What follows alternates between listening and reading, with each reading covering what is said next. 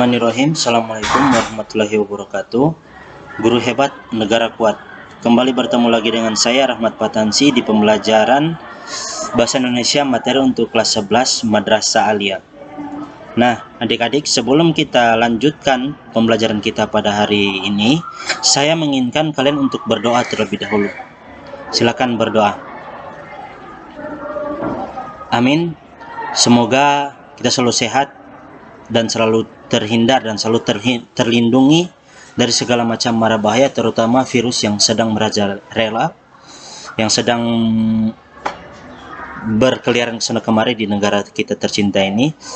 Jangan lupa patuhi protokol kesehatan dan selalu mematuhi 3M ya, menjaga jarak, mencuci tangan, menggunakan sabun, dan menggunakan masker ya. Mencuci tangan, menggunakan sabun, menggunakan masker. Lanjut ya. Judul kita pada pertemuan kali ini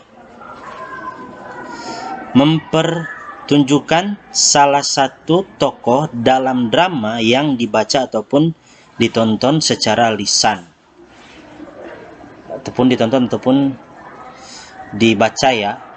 Jadi untuk pertemuan kita kali ini ada beberapa hal yang perlu kita perhatikan. Yang pertama, menelaah bagian-bagian penting dalam naskah drama. Dalam menelaah bagian-bagian penting naskah drama ini, kita menguraikan dulu ya. Pengertian menelaah itu adalah menyelidik atau memeriksa ataupun mengkaji. Nah, pengertian drama itu sendiri adalah gambaran atau kisah kehidupan manusia yang direalisasikan dalam gerak.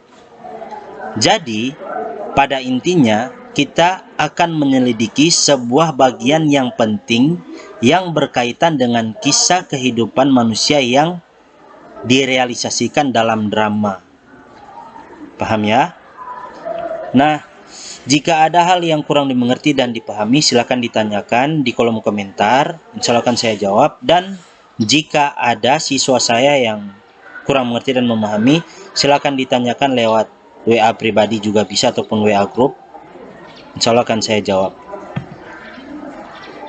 Berikut, pada dasarnya, langkah-langkah pembuatan naskah drama tidaklah berbeda dengan menulis teks lainnya, baik menulis cerpen ataupun menulis karangan-karangan lainnya. Itu pada dasarnya tidaklah berbeda, artinya sama ya.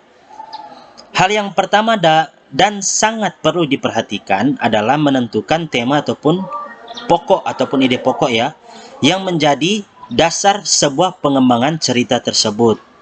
Adapun permasalahan yang akan diungkapkan dalam drama tersebut, misalnya percintaan, tragedi kemanusiaan, ataupun konflik sosial dan lain sebagainya. Maksudnya di sini tema ataupun pokok yang ada dalam cerita tersebut nantinya akan dikembangkan menjadi sebuah cerita. Jika hal tersebut berkaitan dengan percintaan, maka kita akan mengembangkan cerita tersebut berdasarkan pokok ataupun tema yang ada. Paham ya? Berikut, adapun pengumpulan bahan dalam membuat drama berdasarkan imajinasi ataupun paduan dari fakta dan imajinasi. Jadi bisa berdasarkan fakta, bisa berdasarkan imajinasi, ataupun bisa berdasarkan paduan dari kedua hal tersebut. Imajinasi maksudnya di sini kita berangan-angan ataupun berhayal. Artinya imajinasi ini sesuatu hal yang tidak benar-benar terjadi. Sedangkan fakta adalah hal yang benar-benar terjadi. Karena pada dasarnya ada drama, sebuah film yang berdasarkan fakta ataupun kejadian yang ada dalam dunia nyata, ataupun imajinasi yang berdasarkan karangan ataupun pemikiran dari sang penulis itu sendiri. Dan bisa juga berupa saduran dari karya-karya yang sudah ada. Saduran ini maksudnya itu kita mengambil referensi ataupun contoh dari karya-karya yang sudah ada. Artinya sezamanlah dengan karya yang ada ataupun karya yang sudah lampau kita kembangkan dalam tulisan kita menjadi sebuah karya yang baru dan kita publikasikan. Lahirlah sebuah karya yang baru berdasarkan imajinatif dan saduran yang sudah ada pada karya tersebut. Artinya referensi yang kita ambil ya, contoh sebagai contohnya ya. Berikutnya, menampilkan seorang tokoh dalam drama. Jadi untuk menampilkan tokoh dalam drama itu ada hal-hal yang kita harus perhatikan. Pementasan drama berawal dari suatu naskah atau skenario ya. Jadi pementasan drama itu awal mulanya berasal dari skenario ataupun tulisan-tulisan dari sang penulis yang disusun menjadi sebuah naskah drama dan dipentaskan. Paham ya? Dialog dan tata laku yang dipentaskan oleh para pemainnya sesuai dengan cerita yang disusun sebelumnya oleh penulis naskah. Jadi dialog ataupun tata laku yang dipentaskan oleh para pemain ataupun para tokoh tersebut adalah berdasarkan naskah ataupun skenario yang disusun ataupun ditulis oleh sang penulis itu sendiri. Ide penyusunannya bisa berdasarkan pemikiran sang penulis. Jadi tidak tergantung ya, bisa berdasarkan pemikiran sang penulis ataupun bisa berdasarkan referensi-referensi yang sudah ada.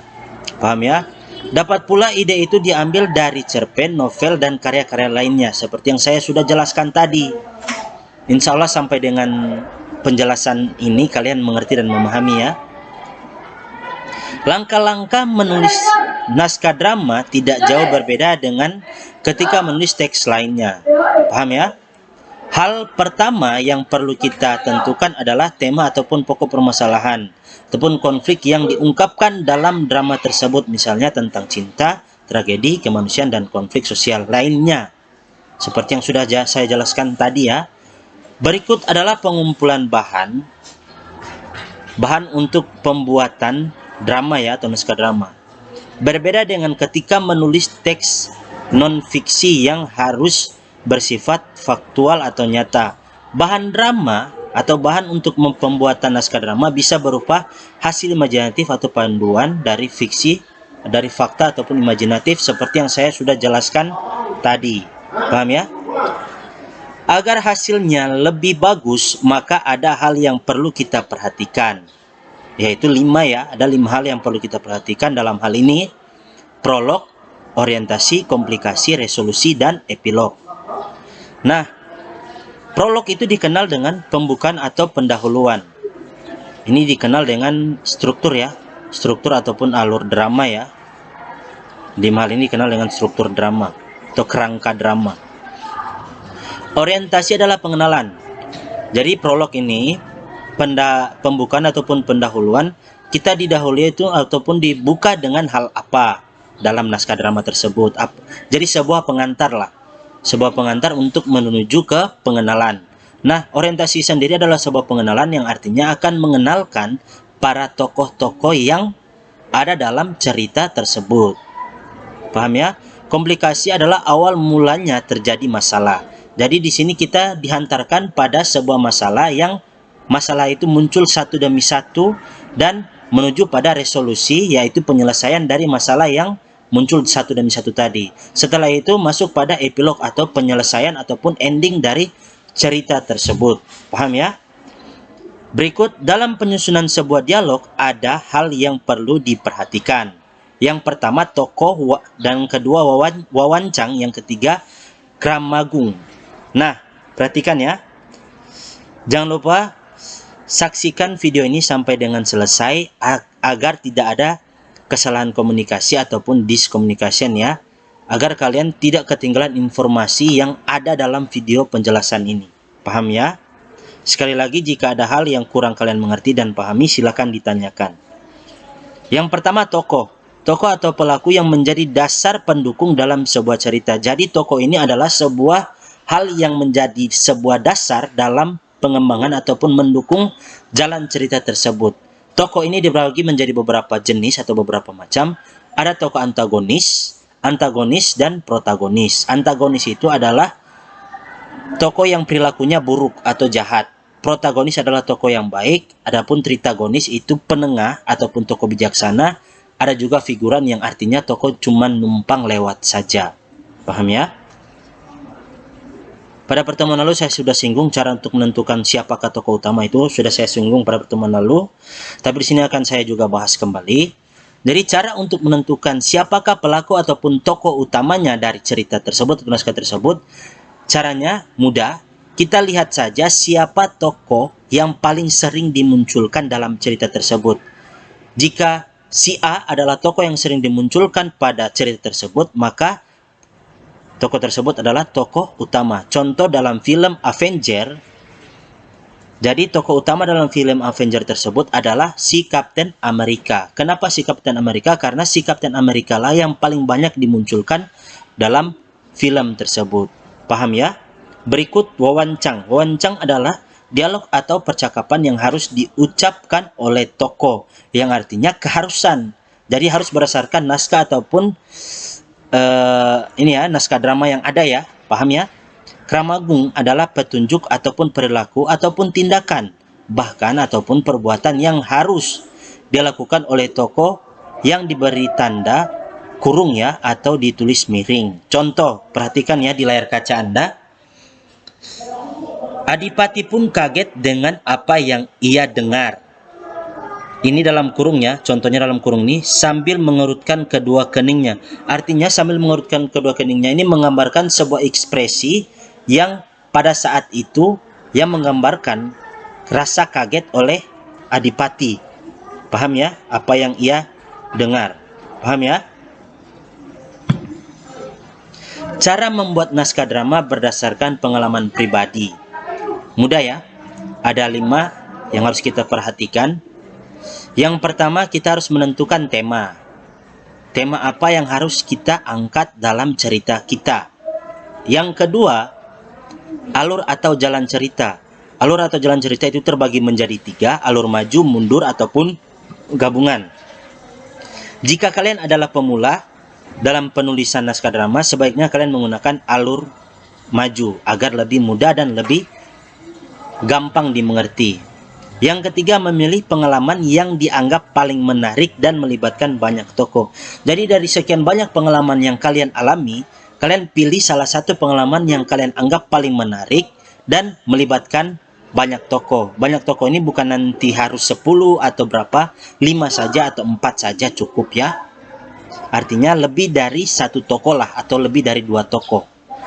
Yang berikut, keempat, menulis hal-hal menarik.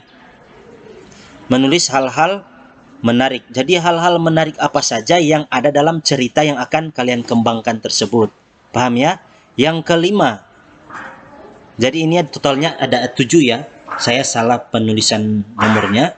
Yang kelima, mencatat nama tokoh beserta karakternya. Jadi ini penting juga ya. Kita harus mencatat nama-nama tokoh serta karakter-karakter tokoh yang ada dalam cerita tersebut, yang nantinya akan dikembangkan. Paham ya? Yang keenam, mencatat dan menentukan topik yang akan dikembangkan. Jadi topik apa saja yang akan kita kembangkan dalam pembahasan tersebut ya. Paham ya?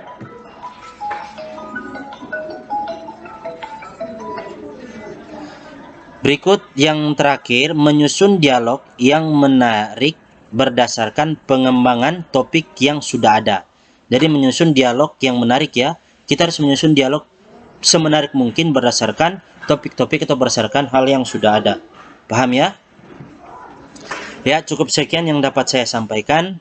Semoga bermanfaat. Jangan lupa, jika ada hal yang ingin ditanyakan, silakan ditanyakan. Karena sesungguhnya malu bertanya pasti akan sesat di jalan. Ataupun jika tidak bertanya, tidak ada hal yang akan kalian temukan. Setidak-tidaknya pada pertemuan kali ini kalian sudah mengerti dan memahami sedikit ilmu pengetahuan tentang naskah drama itu sendiri. Sekian dari saya, terima kasih. Sampai bertemu kembali. Wabillahi taufiq hidayah. Wassalamualaikum warahmatullahi wabarakatuh.